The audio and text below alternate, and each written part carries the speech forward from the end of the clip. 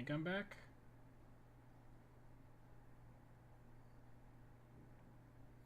So apparently the rule is don't do any serious rendering while streaming because you get disconnected for a second. Anyway, so the way that occlusion works is, the way that light bounces around a room, light is just going to be hitting the big surfaces in the center of the room a little bit more than it hits the corners. So occlusion basically, it's a render layer that you can create that imitates that. So I'm just going to save this out by default. There are a lot of different settings. You can set like the bounce radius and things like that. I'm not going to get too into that, so just do the default for now. I'm going to save this image, make sure it's from the same exact camera, and I'm going to change this to occlusion so I know. And this is a naming convention I always use, so it's the name of the model, the name of the layer that you're rendering, and the name, and then the number, the version number. So now, if I go back to Photoshop, and I open both of those images, and there are a bunch more images. You can do specularity, you can split out all kinds of stuff, reflectivity. But I'm going to duplicate this over to my beauty layer. I'm going to call it occlusion. And now, I'm going to add a background color, gray, for now. And I'm also going to save this as, in Photoshop also, Snowgirl Composite. So this is like if you're really trying to show a model off, this is how you're going to do it. And then the best way to blend this is to use multiply. That's kind of the standard procedure for an occlusion layer. And then you can see this makes everything significantly darker, but it adds this really nice kind of like auto shadow around everything. So we can then just do a levels that goes over everything to sort of color correct all of this. And I'm just going to actually put these in a beauty layer where I only color correct that and not the background. Or I'm just going to call this render actually. And then let's just apply it to only that. So you get this line. This is kind of like complicated. I'm not going to get it too into this. Just don't worry about that for now. That's coming because of it's sort of a quirk of Maya that I'm just not going to get into right now.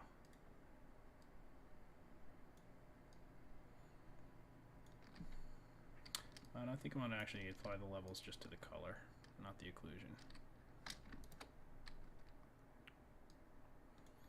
So let's do a nice bright color behind her, actually. Like a nice orange to complement all the green. Reddish orange. That is way too much. So let's do the gray behind that and then find a nice middle ground. Again, this is not like my final beauty render. I'm just kind of trying a few things out here. Yeah, I don't like that at all. Maybe blue. I think blue will look good because she's supposed to be in like a snowy environment anyway.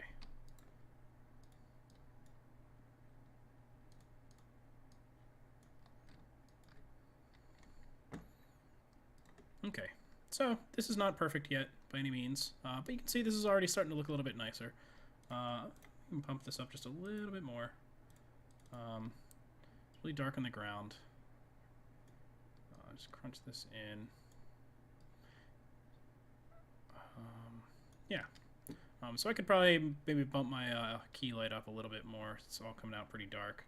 But this is a good idea. This is pretty much how you want to present your model then, with like these, do a couple of render layers. Maybe turn the intensity of this down a little bit. And the intensity of this down. But yeah, something like that. It's starting to look pretty nice already. And this is just with basic materials on it. There's very, very little going on here. This is pretty simple. But it already looks, half decent, which is good. Last thing I want to show. I know this is going on kind of long, but this should only be another 5 minutes or so. I hit save, and I'm going to add an environment sphere to this, which is basically IBL lighting, image-based lighting. So that's redundant IBL lighting, but IBL. So to do this, we want to pick an image-based light here. So we can hit create, and what we're going to want for this is an HDRI, which is a high dynamic range image. And what this image is going to do, you know, in the real world, light is being bounced around from everything, and you're getting many, many different values that are coming off of every single thing that's around you. And, you know, one of the big problems with CG, especially early on, is that, you know, there's no good way to imitate that. You know, you throw a light in there, and it's just going to give you one solid light source. There's no bounce or anything. And you can use Final Gather and Global Illumination to have things bounce a little bit.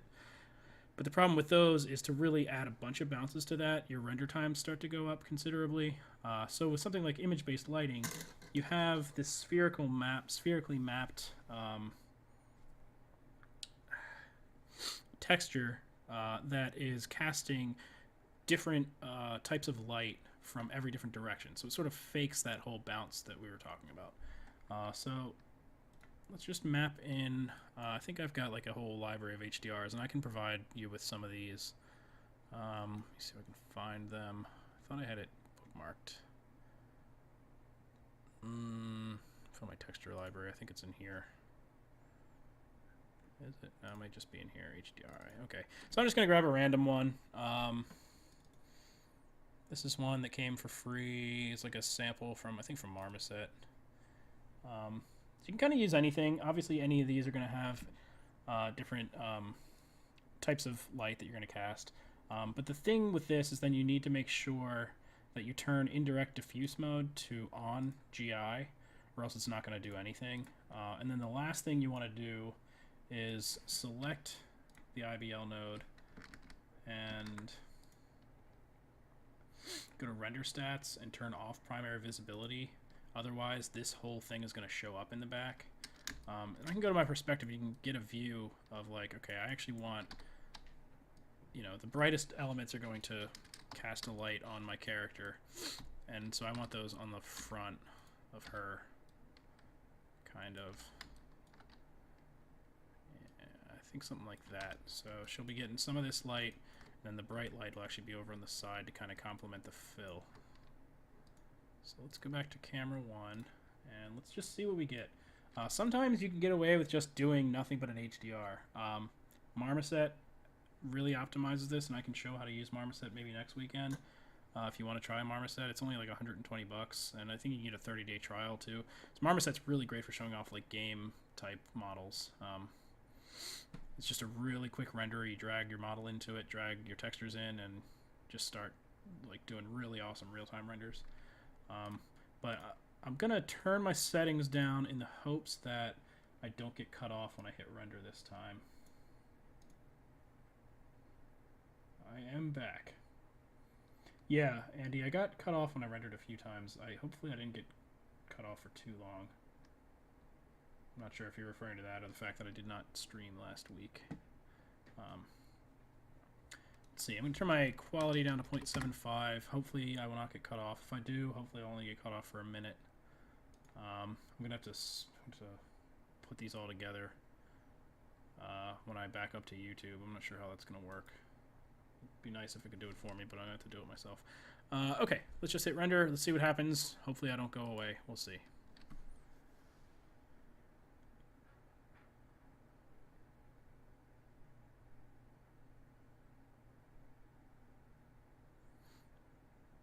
As you'll notice, the render time goes up a bit when you do this.